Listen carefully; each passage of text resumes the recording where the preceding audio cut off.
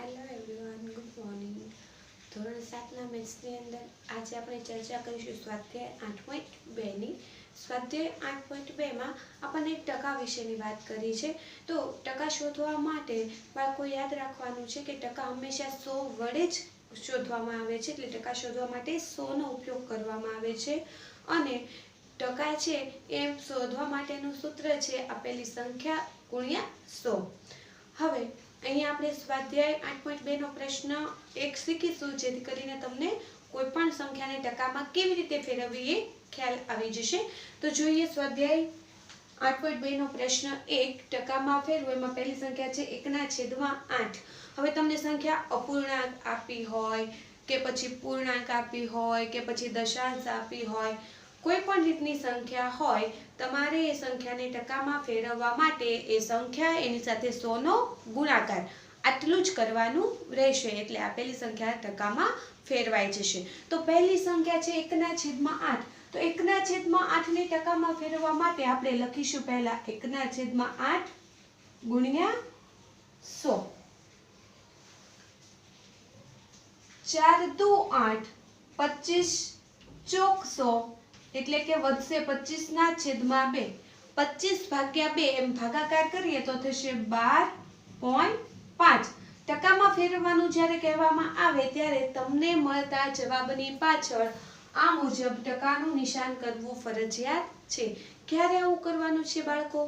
જ્યારે તમને રકમમાં એવું કહેવામાં આવ્યું છે કે આપેલી સંખ્યાને ટકામાં ફેરવો, ત્યારે તમારે આપેલી સંખ્યાની સાથે 100ને ગુણવાના, ત્યારબાદ અંશ અને છેદમાં સરખાવ્યો હોય એને દૂર કરવાના, પછી વધતી સંખ્યા લખી દેવાની. વચ્ચે જો ભાગાકારની પ્રક્રિયા હોય તો ભાગાકાર કરવાનો, અને દશાંશ ચિહ્નમાં જવાબ આવતો હોય તો દશાંશમાં, અથવા તો અહીંયા પણ તમે ટકાનું નિશાન કરી શકો છો. અમુક સંખ્યાઓ એવી આવે જેનો ભાગાકાર થોડો અઘરો પડી જતો હોય કરવો, પોઈન્ટમાં આવતા હોય, તો એવી વખતે તમે અપૂર્ણાંક સંખ્યા લખી અને એની સાથે ટકાનું નિશાન કરો તો પણ એ રાઈટ જ છે.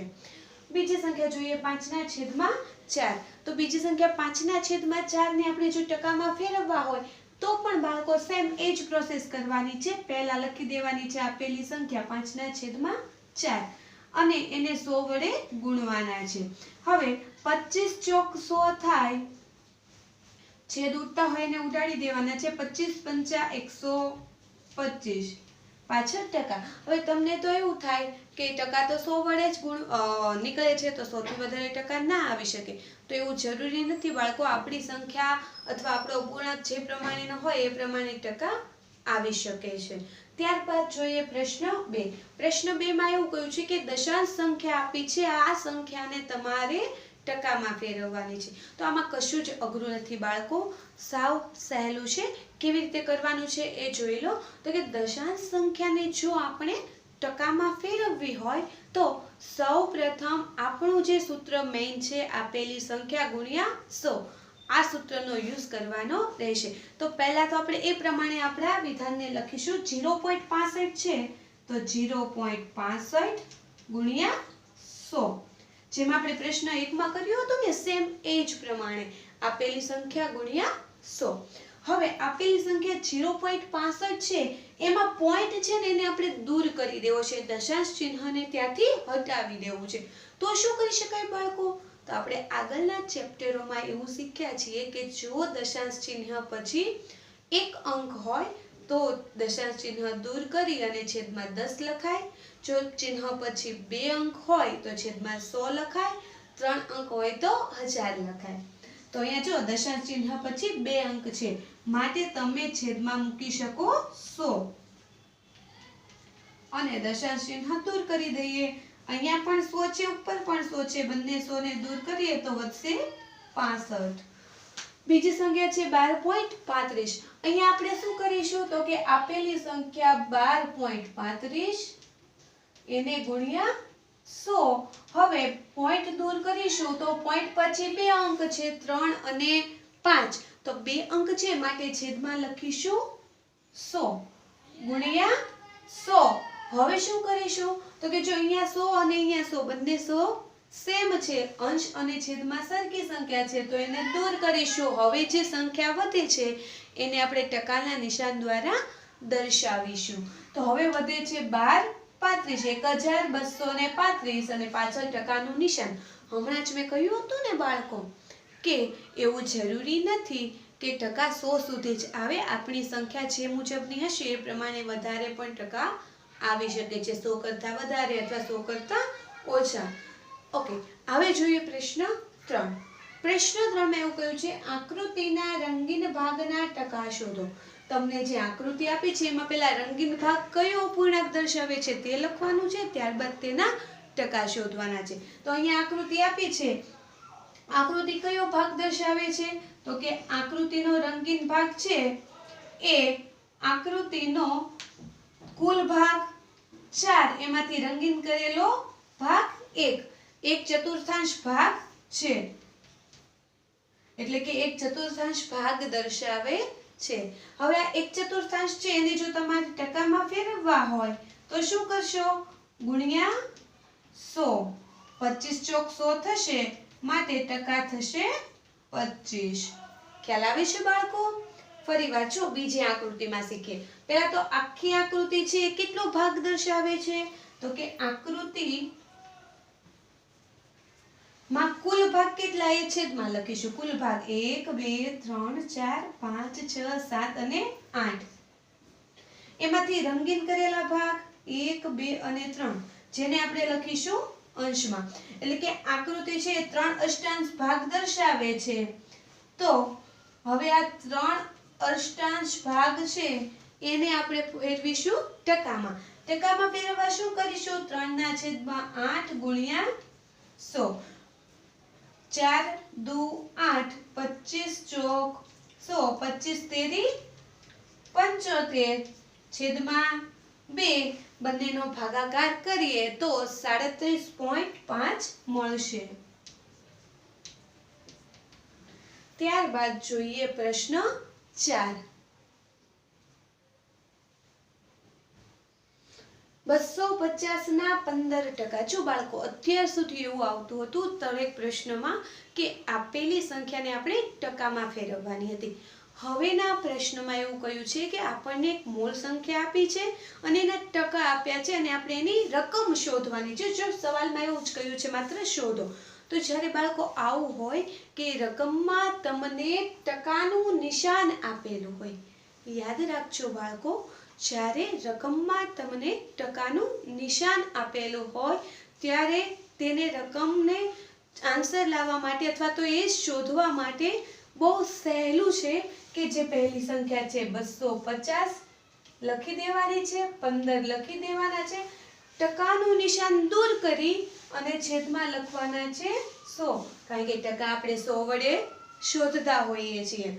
ના શબ્દ છે એની બદલે થશે ગુણાકાર. 250 ના 15%, એનો અર્થ એવો થાય 250 ગુણ્યા 15 છેદમાં 100. ખ્યાલ આવે છે બાળકો શું કર્યું? એ 250 એમના મૂક્યા, ના શબ્દની બદલે ગુણાકાર, 15 એમ જ લખ્યા અને ટકાનું નિશાન છે એ દૂર કરી દીધું, એના બદલે છેદમાં લખ્યા 100. હવે સરખા છેદ હોય એને દૂર કરીએ તો 0 0 દૂર થઈ શકે એવું છે. હજુ પણ કોઈ સંખ્યા દૂર થાય છે તો હા, 5 દુ 10, 5 તેરી 15. હવે કોઈ સંખ્યા દૂર થાય એવું છે નહીં.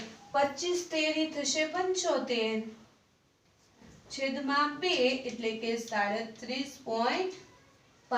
હવે અહીંયા મેં 37.5 કર્યા, બાજુમાં ટકા કરાય નહીં, કારણ કે ટકા આપેલા હતા એને આપણે સંખ્યામાં ફેરવ્યા છે. અહીંયા તમે પોઈન્ટમાં જવાબ ના લખો ને 75/2 લખો તો પણ એ રાઈટ જ છે, સાચું જ છે. હવે જોઈએ 1 કલાકનો 1 ટકો. હવે 1 કલાકનો 1 ટકો એટલે શું થશે? 1 ગુણ્યા 1 છેદમાં ટકાનું નિશાન દૂર કરશો એટલે 100. તો આમાં તો કંઈ તમને એવું થાય કે જવાબ જ નથી આવતો, પરંતુ 1 કલાક છે એ મોટો એકમ છે સમયનો, તો એનાથી નાનો એકમ હોય મિનિટ. 1 કલાકની અંદર 60 મિનિટ તો આવે જ ને, તો અહીંયા 1 કલાક હતા એના જે 1 લખ્યા છે એના બદલે તમે 60 લખી શકો, કારણ કે 1 કલાકની 60 મિનિટ હોય છે. તો 60 ગુણ્યા 1 ના છેદમાં 100. અહીંયા તમે એવું લખી શકો મિનિટ. કારણ કે 1 કલાક એની અંદર મિનિટ કેટલી છે 60. અહીંયા કલાક હતી, અહીંયા થઈ ગઈ મિનિટ. હજુ પણ તમને એમ થાય કે આમાં તો કઈ આન્સર આવે એવું લાગતું નથી, તો બાળકો યાદ રાખજો 60 મિનિટ, એમાં 1 મિનિટની અંદર 60 સેકન્ડ હોય, એવી 60 મિનિટની અંદર 3600 સેકન્ડ હોય, કારણ કે મિનિટથી નાનો એકમ છે સેકન્ડ. માટે અહીંયા 60 ના બદલે 3600, 1/100 આ શું થઈ જશે સેકન્ડ. શા માટે આવું કર્યું? કારણ કે કલાકનો સૌથી નાનો એકમ સેકન્ડ છે અને આપણે સેકન્ડમાં સંખ્યાને ફેરવીએ છીએ. 60 મિનિટની અંદર 3600 સેકન્ડ હોય. 0 0 દૂર કરીએ એટલે વધશે 36 સેકન્ડ. ત્યારબાદ ત્રીજો સવાલ છે 1 કિલોગ્રામના 75%. 1 કિલોગ્રામના 75% એટલે 1 ગુણ્યા 75/100. હવે આ છેદમાં 100 ક્યાંથી આવ્યા? અહીંયા ગુણાકારનું નિશાન શા માટે કર્યું એ બાળકો તમને સરસ રીતે સમજાઈ ગયું હશે. 1 કિલોગ્રામ એના 75%, ટકાનું નિશાન દૂર કરું છું માટે છેદમાં મૂકું છું 100, વચ્ચે ગુણાકારની પ્રક્રિયા. પરંતુ અહીંયા તો કોઈ પ્રોસેસ બહુ લાંબી થાય એવું લાગતું નથી, આન્સર આવે એવું લાગતું નથી. તો શું કરવાનું? તો કે કિલોગ્રામ એ મોટો એકમ છે, એનાથી નાનો એકમ શું આવે? ગ્રામ. 1 કિલોગ્રામની અંદર ગ્રામ કેટલા હશે? 1000. તો 1 ના બદલે આપણે લખીશું 1000/75 ગુણ્યા 100. આ થઈ જશે ગ્રામ. 0 0 દૂર કરીએ 7 5 અને એને ગુણ્યા 10 એટલે 750 ગ્રામ. જો આ 750 ગ્રામને તમારે કિલોગ્રામ સ્વરૂપે લખવા હોય તો તમે કેવી રીતે લખશો?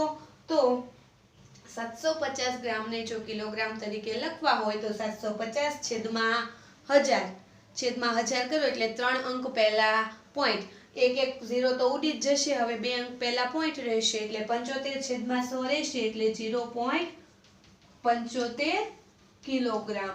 હવે તમે અહીંયા ગ્રામ સુધી જ લખો ને તો પણ તમારો આન્સર રાઈટ જ છે, અને તમે ગ્રામને કિલોગ્રામમાં ફેરવી દો તો પણ તમારો આન્સર રાઈટ જ આવશે. બંનેમાંથી કોઈ પણ રીતે તમે આ બેમાંથી કોઈ પણ આન્સર લખી શકો છો. તો બાળકો અહીંયા તમને સમજ પડી હશે કે જ્યારે ટકાને સંખ્યામાં ફેરવવા હોય ત્યારે 100 વડે ભાગવામાં આવે છે, જ્યારે સંખ્યાને ટકામાં ફેરવવી હોય ત્યારે 100 વડે ગુણવામાં આવે છે. તો આ 2 પોઈન્ટને યાદ રાખજો કે જ્યારે કોઈ પણ આપેલી સંખ્યાને જો ટકામાં રૂપાંતર કરવી હોય, ટકામાં ફેરવવી હોય તો આપેલી સંખ્યાને 100 વડે ગુણવી જરૂરી છે. જ્યારે જો કોઈ સંખ્યા ટકામાં આપેલી હોય અને એને સંખ્યામાં ફેરવવી હોય, કોઈ વસ્તુને ટકાવારી આપી હોય અને એને તમારે સંખ્યામાં ફેરવવી હોય તો 100 વડે ભાગાકાર કરવો જરૂરી છે.